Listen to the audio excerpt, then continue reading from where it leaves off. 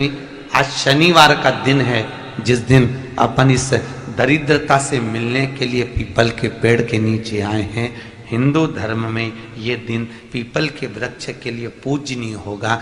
जो भी शनिवार के दिन पीपल के वृक्ष की पूजन करेगा, दूध चढ़ाएगा या मिष्ठान का भोग लगाएगा, लक्ष्मी और नारायण उसके घर में प्रवेश कर जाएगा।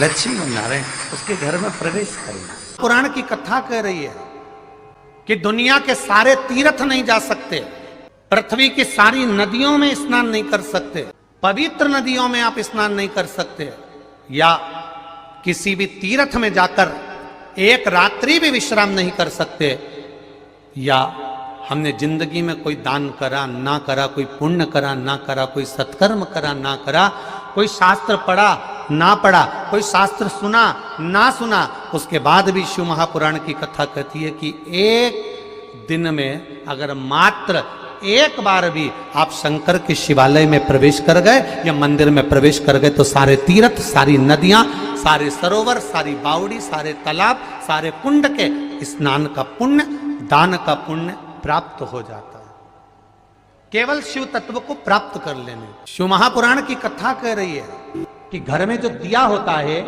वो दीपक भी कोई साधारण नहीं होता, उस दीपक की भी महत्वता है, उस दीपक का भी वर्णन है। महाराज एक बात और बहुत अच्छे से सुनिएगा, शायद आपकी जिंदगी को सवार हो, शायद आपके जीवन को सवार हो। मेरी जीजियों, मेरे जीजाओं, मेरी बेटियों, बेटाओं, कभी मौका लगे शंकर भगवान के शिवलिंग के पास में आप बैठे हैं। यहां तक शास्त्र कहता है कि घर में अगर किसी को बहुत तेज बुखार आ गया है, बहुत तेज बुखार, और बच्चा उस बुखार में तप रहा है, बहुत तप रहा है, महाराज तुम जिस दिए में भगवान की आरती उतारते हो, जिस दिए से तुम भगवान की पूजन करते हो,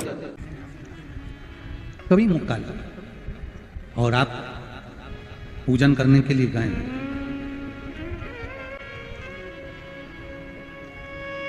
कभी पूजन करने के लिए, और आपको शंकर भगवान के शिवलिंग के पास में या शंकर भगवान के शिवलिंग के ऊपर कनेर का अगर पीला फूल देखा है ना आप लोगों ने, अरे बोलो तो जम के, देखा है?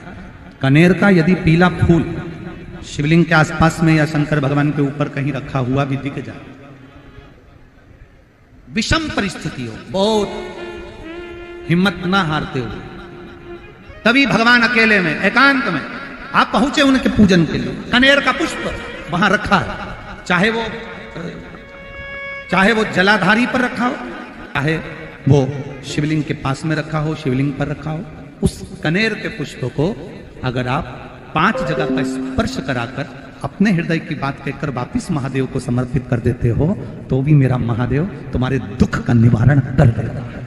अब वो 5 स्थान, वो 5 स्थान, पहला गणेश जी, गणेश जी का जो स्थान होता है वह जगह, दूसरा षडानंद कार्तिक,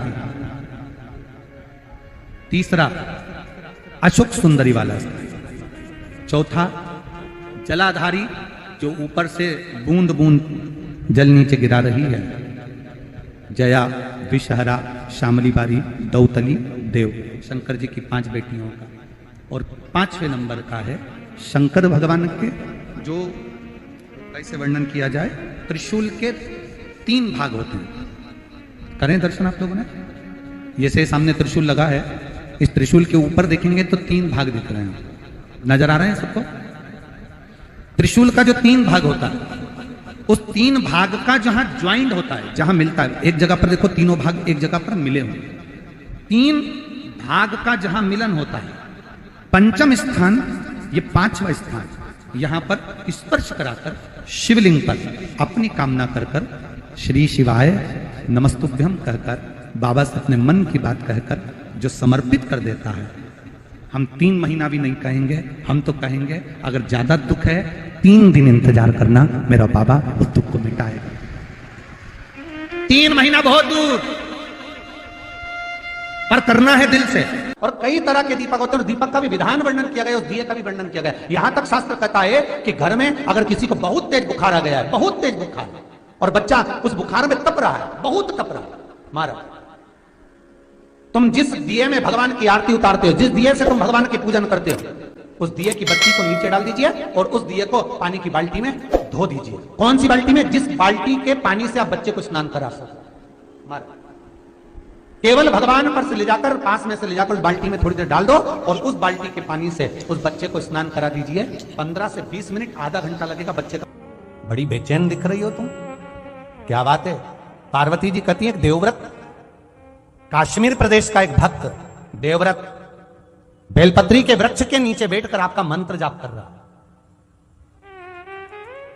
मैं आपको जगाना नहीं चाहती थी, पर बेलपत्री के वृक्ष के नीचे लक्ष्मी झाड़ू लगाती है, सरस्वती वीणा बजाती है, इंद्राणी उस बेलपत्री के वृक्ष के नीचे जल का सिंचन करती है, 33 कोटि देवी देवता उस बेलपत्री के वृक्ष की जड़ में विराजमान होते हैं।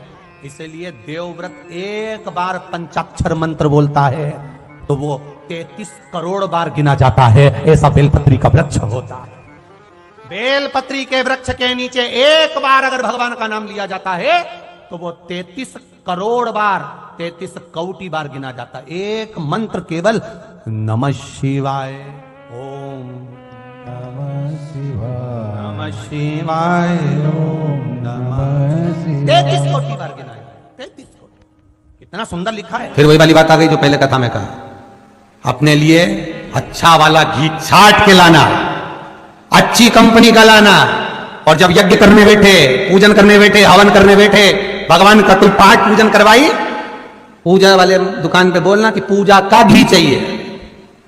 तो वो पूजा का सामान बेचने वाला भी चतुर था, उसने पूजा का ही घी दिया। तो इन्होंने पूछा, भैया ये घी कितने का? तो क्या 80 रुपए का? तो 80 रुपए का आधा किलो? तो क्या पूजा का है? भारत की भूमि पर इस मृत्यु लोक में, पूरे विश्व में ऐसे कई घर हैं जिनके घर में गुजारा करने के भी आफत है। पहनने के कपड़े नहीं, किसी के यहां पर भोजन नहीं, किसी के यहां जमीन नहीं, किसी के यहां दुकान नहीं, कोई कोई पूरी जिंदगी किराए के मकान में निकाल देता है। नहीं,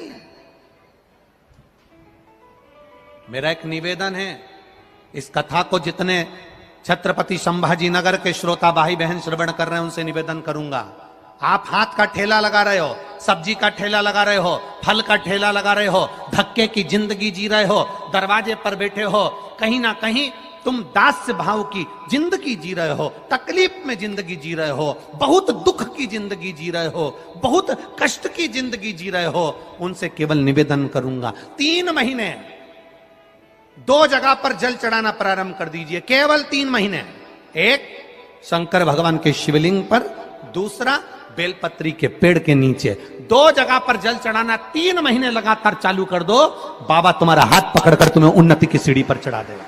हमें कोई चमत्कार करना नहीं आता, और ना हम कोई तंत्र विद्या या मंत्र विद्या जानते हैं, ना हमारे पास में बेल है, ना हमारे पास में भभूति है, हमारे पास में तो केवल शिव का नाम है। आप श्री शिवाय नमस्तुभ्यम बोलो, ओम नमः शिवाय बोलो, नमः शिवाय बोलो, चाहे महामृत्युंजय मंत्र बोलो, उसका स्मरण करते करते भगवान शंकर के शिवलिंग पर जल, और उसी पात्र में जो जल तुमने शंकर जी को चढ़ाया है उसमें से बचा हुआ थोड़ा सा जल बेलपत्री के पेड़ के नीचे चढ़ाना प्रारंभ कर दो। अलग से बेलपत्री के पेड़ के नीचे चढ़ाने के लिए अलग से लोटा भर के जल जरूरत नहीं पड़ेगी। जो तुमने शिव जी को जल चढ़ाया,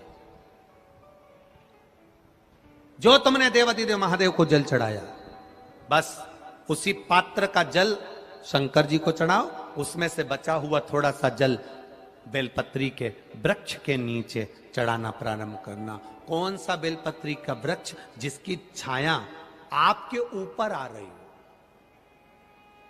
शिव महापुराण बड़ी सुंदर बात कहता है, ध्यान दीजिएगा। जिस बेलपत्री का पौधा तुम्हारे सिर का, और ये दोनों हाथ ऊपर कर लो, अपन खड़े हुए और खड़े होकर दोनों हाथ ऊपर करे, इतना बड़ा बेलपत्री का पौधा है, उस बेलपत्री के पौधे की पत्ती को कभी तोड़कर शंकर जी को नहीं चढ़ाना चाहिए। ध्यान रखना, कितना बड़ा पौधा। आप खड़े हो जाओ और खड़े होने के बाद आपका हाथ ऊंचा कर लेना। इतना बड़ा पौधा है, उस पौधे की पत्ती बेलपत्री को तोड़कर शंकर भगवान को कभी नहीं चढ़ाना। शंकर भगवान को उस बेलपत्री को, उस वृक्ष की पत्ती को तोड़ना चाहिए जो वृक्ष तुम्हारे हाथ से थोड़ा सा ऊंचा हो, जिसके लिए तुम्हें हाथ और ऊंचा करना पड़ रहा हो। जैसे एक बच्चा अपनी मां की गोद में बैठने के लिए दोनों हाथों से उचकता है, आवाज लगाता है, उचकता है, आवाज लगाता है, हाथ ऊपर करता है, तो मां उस बच्चे को गोदी में ले लेती है। उसी तरह उस बेलपत्री के वृक्ष की पत्ती तोड़ना चाहिए जिसने थोड़ी उन्नति कर ली हो, जो थोड़ा ऊंचा हो गया हो। तुम उसको पाने का प्रयास करो तो भगवान भी तुम्हें अपनी गोदी में ले ले। ऐसे वृक्ष की पत्ती तोड़। अब तुम छोटा सा पौधा, बिल्कुल जरा सा पौधा, उसी की पत्ती तोड़कर महादेव को चढ़ाओगे, ये श्रेष्ठता नहीं। यदि बेलपत्री का पेड़ आपके यहाँ है और मान लो कई लोग बेलपत्री गमले में लगाते हैं या छत के ऊपर लगा देते हैं, बेलपत्री का वृक्ष जो होना चाहिए वो घर के ठीक पीछे के भाग में, पीछे के भाग। या बेलपत्री का वृक्ष अगर पीछे नहीं है तो आप अपने घर से जब बाहर निकलते हैं तो राइट हैंड की ओर बेलपत्री का वृक्ष होना चाहिए। आप जब घर से प्रवेश कर रहे हैं, बाहर की ओर निकल, वो सुख का अनुभव करा। यदि घर से निकलते समय बेलपत्री का पेड़ लेफ्ट में अगर आता है, आप जिस घर से निकल रहे हो लेफ्ट में अगर बेलपत्री का पेड़ आता है तो आप 1 रुपए कमाएंगे, 1.25 रुपए खर्च होगा, पैसा हाथ में टिकेगा नहीं। घर में 10 लोग भी कमा रहे हैं तो पैसा घर में दिखेगा नहीं, आएगा जरूर, सारे काम होंगे पर टिकेगा नहीं। यदि लेफ्ट में, राइट भाग का बेलपत्री सुख का अनुभव। बेलपत्री का वृक्ष घर में लगाओ तो घर के पीछे के हिस्से में लगाना चाहिए, और ऐसी जगह नहीं लगाना कि जहां पर बेलपत्र में गंदा पानी जाए या कोई गंदी वस्तु उसके नीचे पड़े। 33 करोड़ देवी देवता बेलपत्री के पेड़ के नीचे सोमवार के दिन, कोई रविवार के दिन, कोई मंगलवार, कोई बुधवार, कोई गुरुवार, कोई शुक्रवार, कोई शनिवार के दिन बेलपत्री के नीचे आकर 33 करोड़ देवी देवता हो तप करते हैं, साधना करते हैं। बेलपत्री के पेड़ का बड़ा प्रमाण है। एक बेलपत्री ऐसी होती है जो कि शंकर पर अगर चढ़ी हुई है तो वापिस उतार कर धोकर फिर शिव को चढ़ा सकते। किसी व्यक्ति से कोई काम करवाना है, वो काम नहीं कर रहा, कोई फाइल आगे नहीं बढ़ रही है, कोई कार्य अटक रहा है, या फिर कहीं रुपया पैसा अटक गया हो, नहीं निकल रहा हो, तो एक जल के पात्र में जल भरकर 5 बेलपत्री शिव जी को समर्पित कर कुंदकेश्वर महादेव का नाम लेकर एक सफेद पुष्प बेलपत्री के ऊपर जो शिव जी को चढ़ाई है उस पर समर्पित कर जल जो लेकर गए हो, अपनी उस कामना को कर कि मेरा ये कार्य अटक रहा है, ये कार्य नहीं हो रहा, कुंदकेश्वर महादेव का नाम लेकर धीरे धीरे जल की धार चढ़ाइए। और एक बात हमेशा याद रखना, फिर निवेदन कर रहे हैं, अच्छे से समझ लेना, शंकर जी पर जब जल चढ़ता है, शिव जी का जब अभिषेक होता है, शंकर जी पर जब जल चढ़ाया जाता है, दूध चढ़ाओ, जल चढ़ाओ, कुछ भी चढ़ाओ, पर एक बात का स्मरण अपने जीवन में होना कि इतने ऊपर से मत चढ़ाना कि जल चढ़े और छींटे आपके ऊपर। बहुत ध्यान दीजिएगा। हाँ, तो यहां तक वर्णन करा गया है कि शंकर जी का जल चढ़ा हुआ जहां से बहकर जाता है ना, उसको लांगा तक नहीं जाता। यहाँ लांगते हैं क्या? नहीं ना, परिक्रमा भी करेंगे तो वहीं से लौट कर वापिस उधर जाएंगे। शिव जी का जहां से जल बहकर जा रहा हो, चढ़ा हुआ जल जहां से बहकर जा रहा हो, उसको लांगा तक नहीं जाता। और कई लोग बड़े बड़े आनंद में शंकर जी पे इतनी ऊपर से जल चढ़ाएंगे तो वो छींटे पूरे अपने ऊपर आना चाहिए, शरीर पर आना चाहिए। नहीं नहीं, उसका दोष है महाराज, उसका दोष है।